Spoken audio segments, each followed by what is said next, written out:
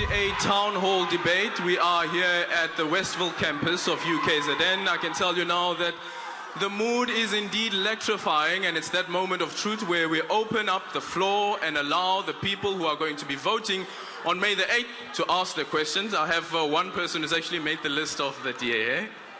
Thank you very much, Aldrin. The question that I have is around jobs in South Africa. The reality is that so many young people today are not working.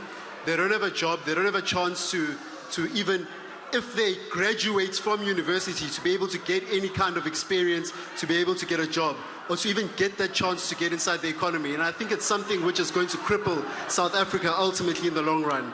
And I want to know from the Democratic Alliance representative, what does the DA stand for, and what are they going to do about the situation of jobs and the economy in South Africa? Because currently, to get anything ahead, you have to have a membership card of the governing political party, or you have to be an insider to be able to get a job.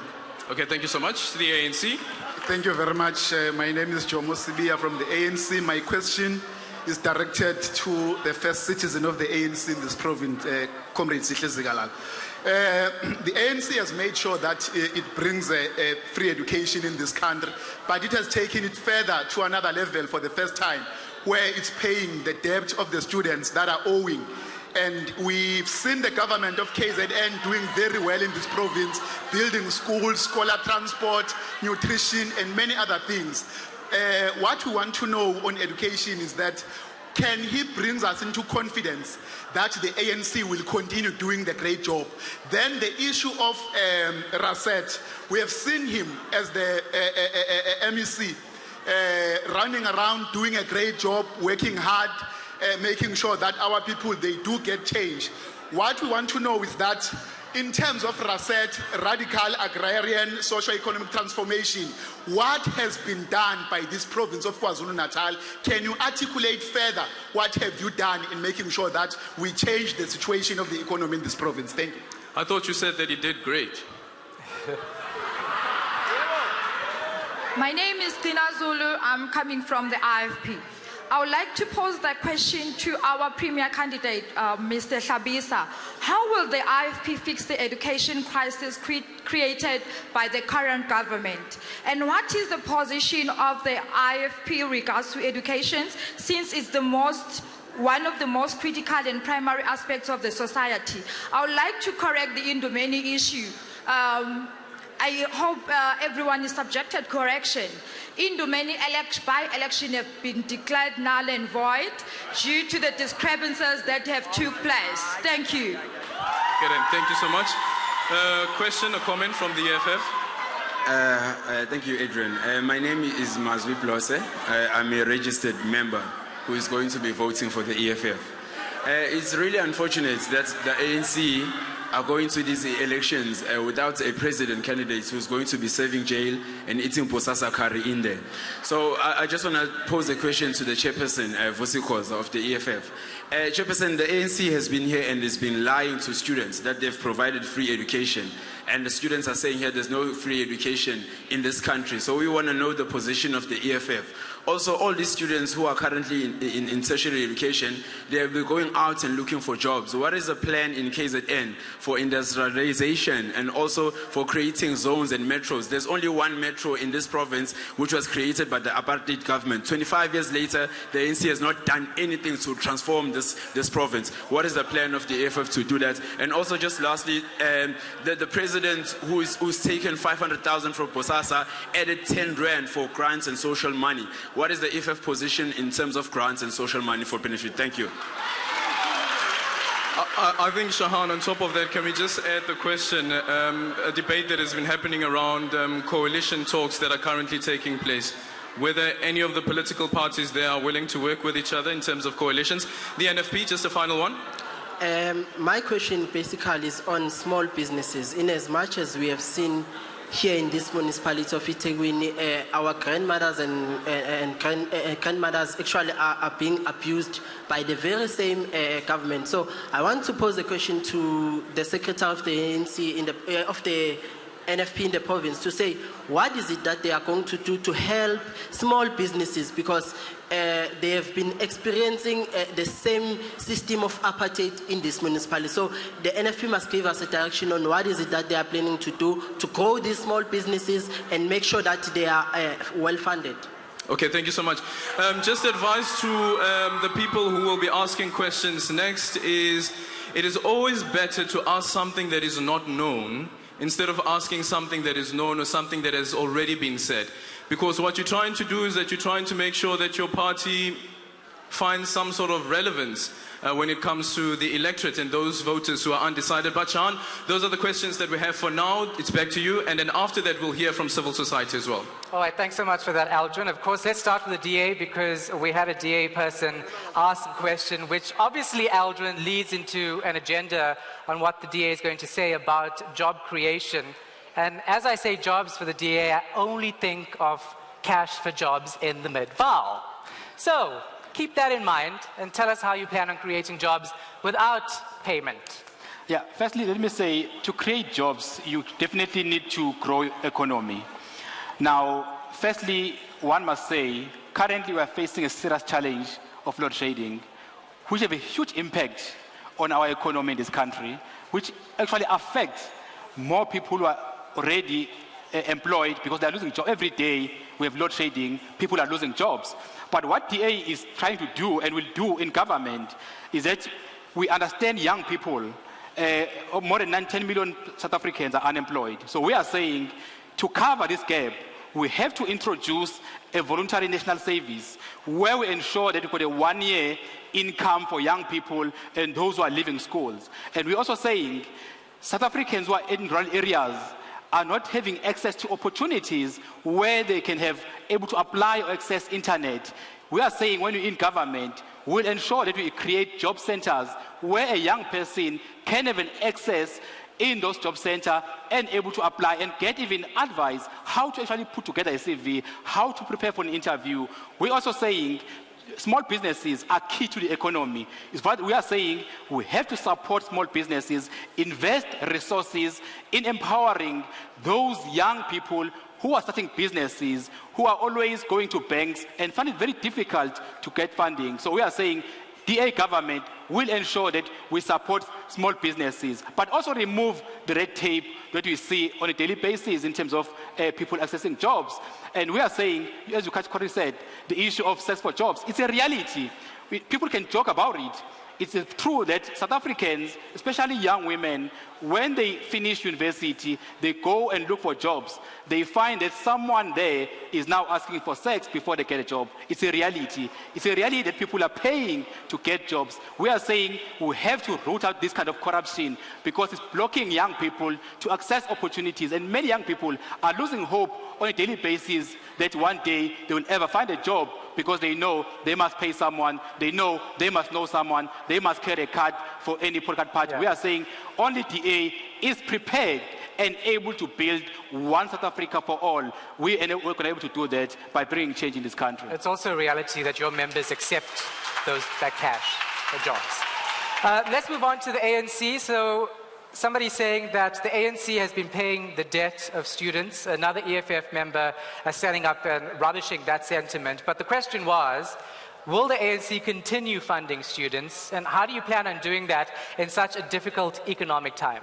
No, thank you. I think the first question was about settling the debt, which I think all of us commend the ANC government for ensuring free education and for paying 1 billion for settling the historical debt.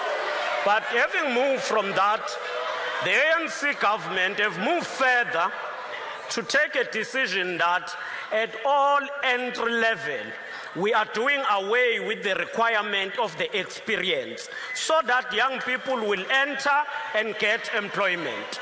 It is also the fact that in KwaZulu-Natal, we have started the Youth Business Development Fund, which is solely meant for young people who are continuing to recapitalize it. The question went further to ask about what are we doing to support small businesses in a form of RASET.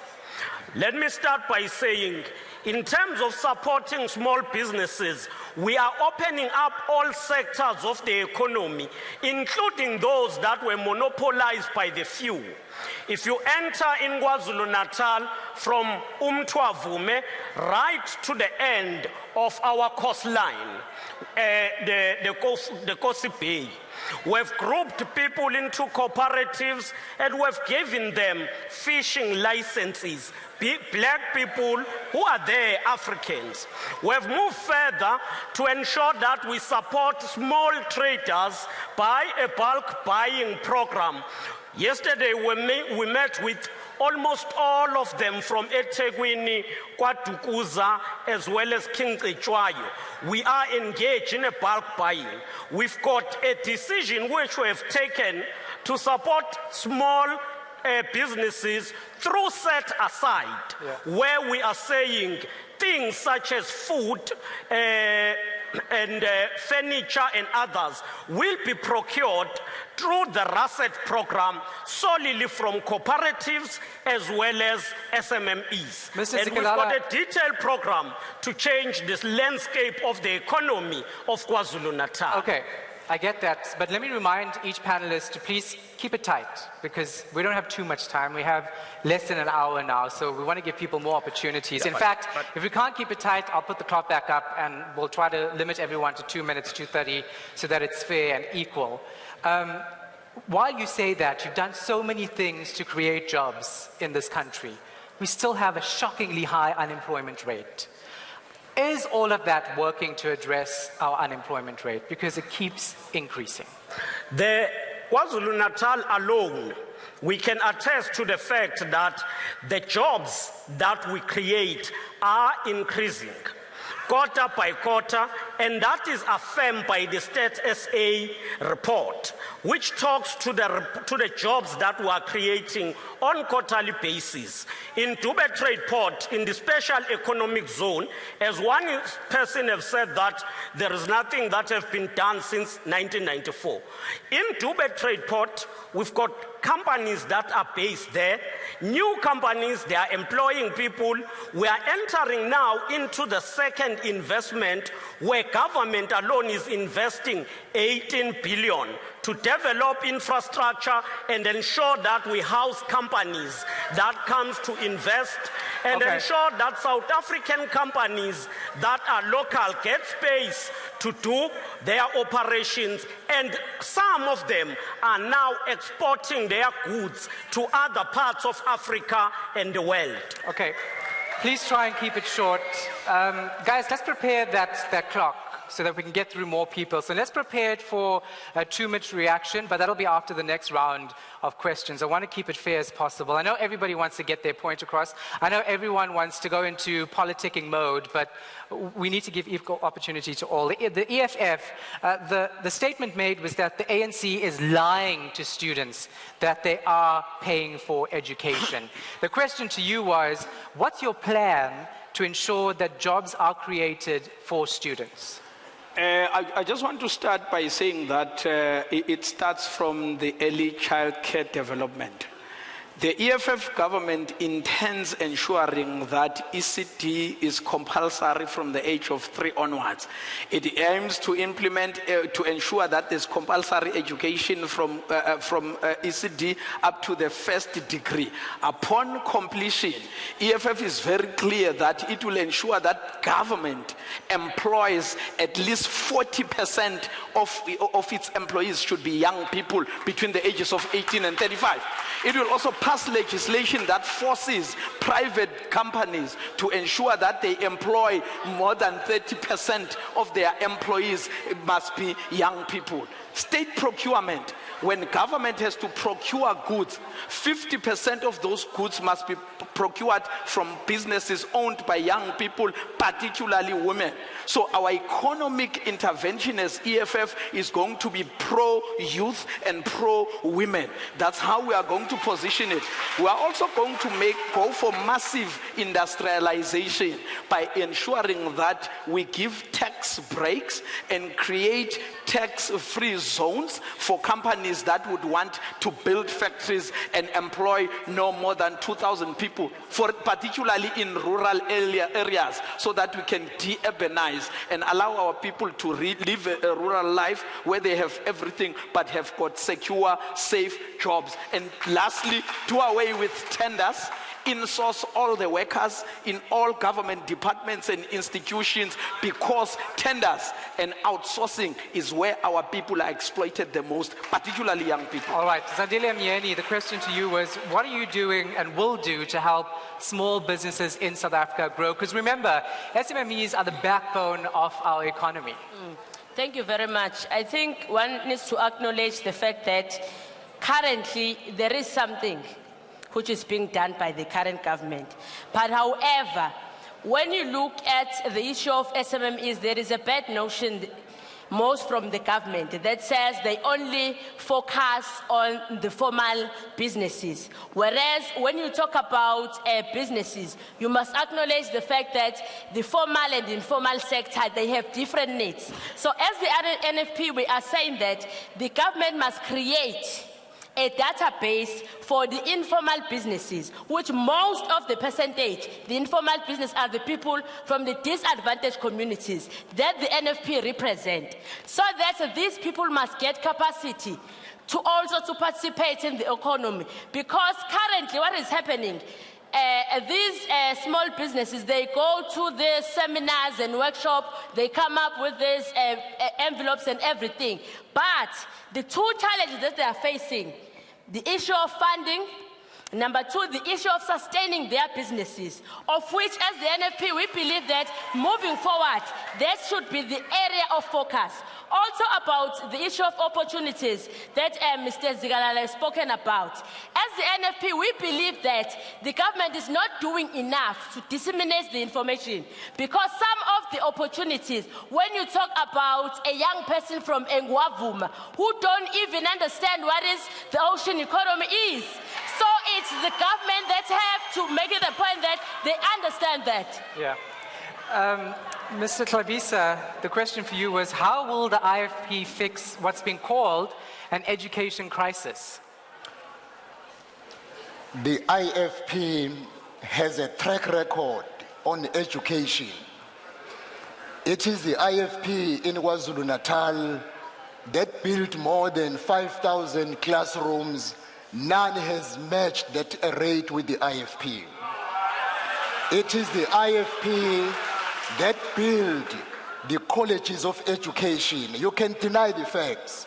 Gwaqikazi, Eskawini, Ezakeni, Pumalanga, Abelspoch, Eshowe, those colleges which have been converted into FET and TVET colleges were built by the IFP. The IFP is the one that built Mangosuthu University of Technology. That is on record. What the IFP will do, we will attend the maintenance of the aging infrastructure, because we built these schools and they got destroyed under the hand of the ruling party now. The first priority will be maintenance of the aging infrastructure, give equal pay to all educators from grade R up to a high school level, introduce the discipline in schools in order to create a culture of teaching and learning.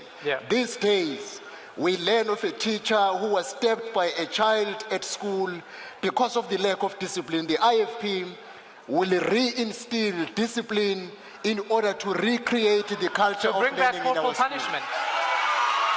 No. How do you reinstill discipline? Discipline and corporal punishment are not the same.